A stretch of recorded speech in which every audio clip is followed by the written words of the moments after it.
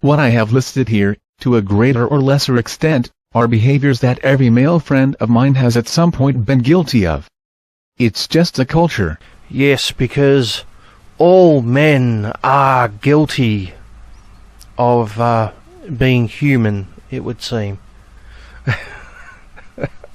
Because we all know that only men do these behaviours, and women would never ever do anything like it, because they're perfect holy creatures. They don't have the faults of men, clearly.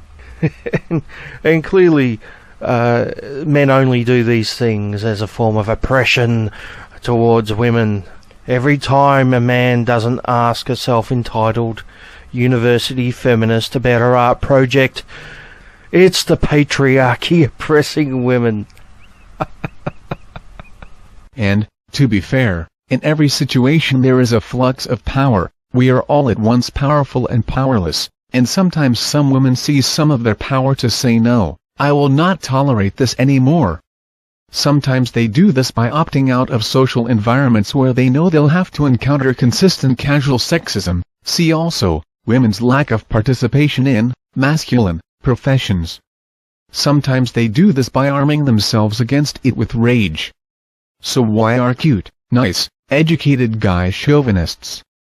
What, with all their female friends and access to great troves of female thought from all social strata, could they possibly see an old-fashioned woman hating? Yes, because not asking someone about their art project is just good old-fashioned woman hating, isn't it? Like Kilbride, they simply don't know that they are patriarchs, because they are the patriarchy.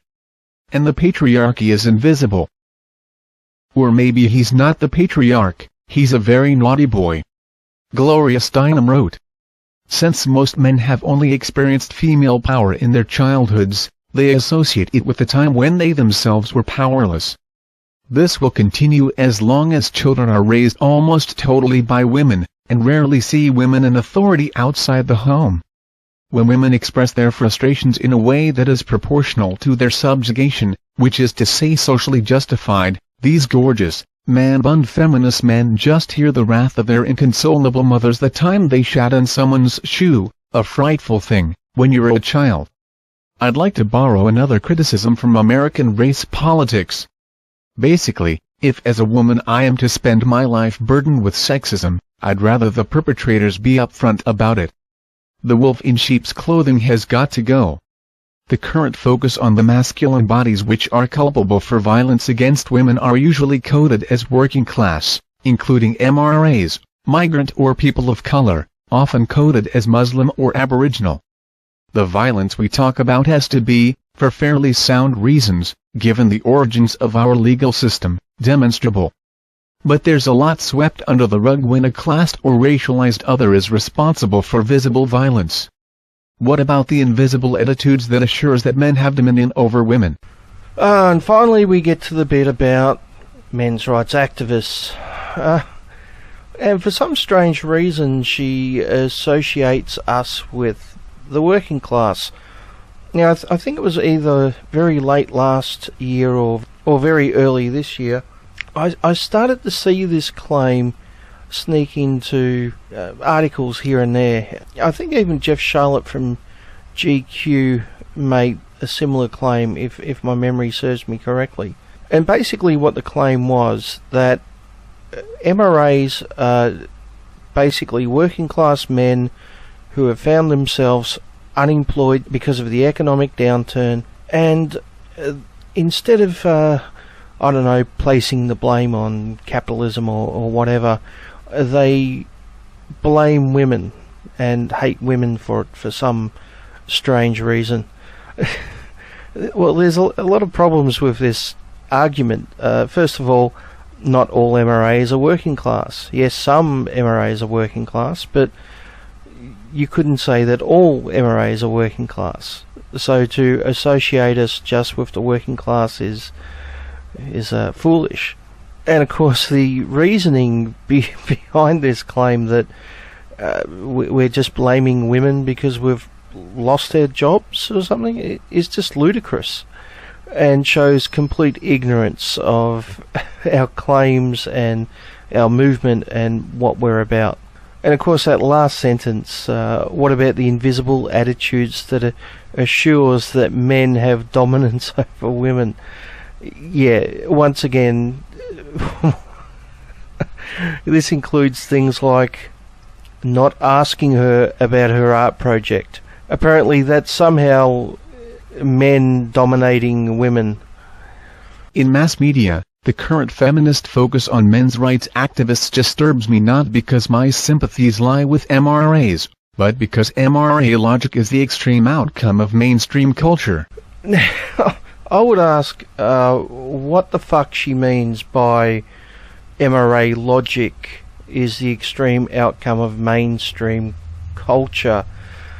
It seems a very odd statement to me, but I think she might answer that question in a minute. So let's continue.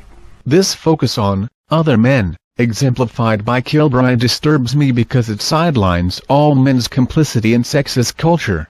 And of course, we have the statement that all men are complicit in sexist culture. Of course. Everything is sexist. Well, everything done by men, that is. And only men can be sexist. The same fucking bullshit we always hear. Next.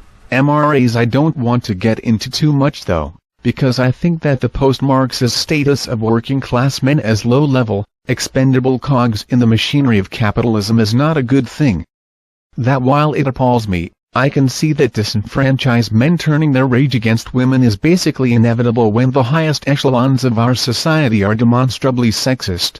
So here we have a feminist who clearly has never spoken to a men's rights activist, has never gone to a men's rights site and read what we're about. It's fairly clear that she's read a couple of feminist articles about MRAs and now considers herself an expert, which is kind of funny considering her lack of knowledge, and also considering just earlier on she said as one of her examples of the rampant sexism against women everywhere was a male attends one of their female friends' gender studies lectures one time and then spends the rest of their life schooling you on feminism. I have to ask, how's that any fucking different than reading a couple of feminist articles about the men's rights movement and then proclaiming yourself a fucking expert and passing judgment on us? It's just fucking crazy. Yeah, and it's typical lines like turning their rage against women. Where exactly are we doing that? by claiming that men have issues too, that's turning our rage against women?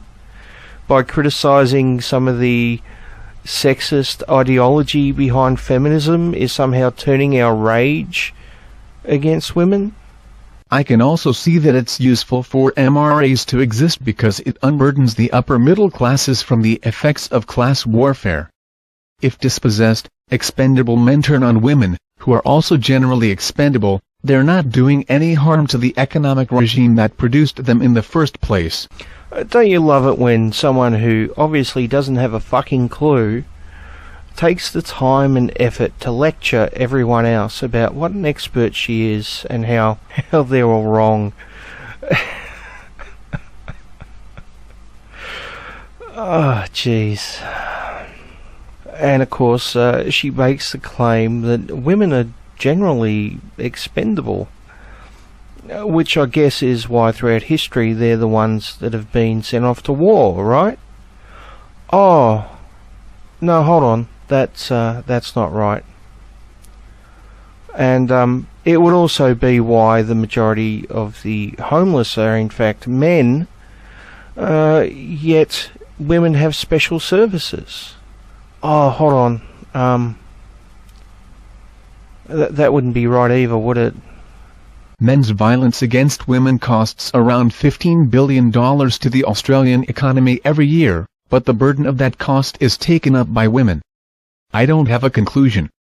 I don't have a way to summarize my antipathy towards safe, bored men who are scared of being shouted at. Patriarchy isn't other men, it's you. Okay, so I think while making this episode, I've been exposed to far too much of the poison Kool-Aid, so I think I'm gonna go and just get drunk. Very, very drunk.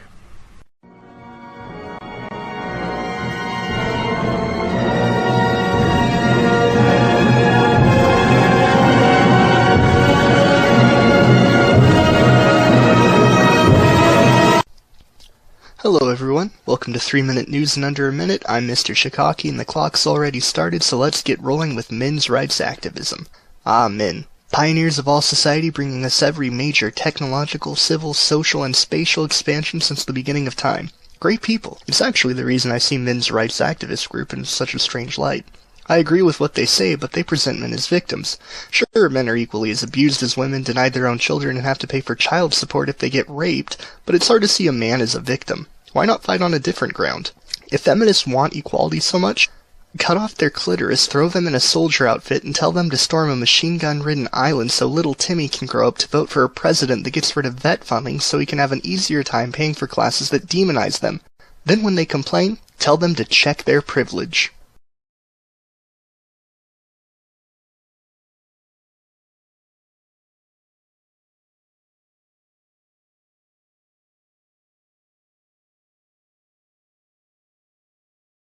Woo!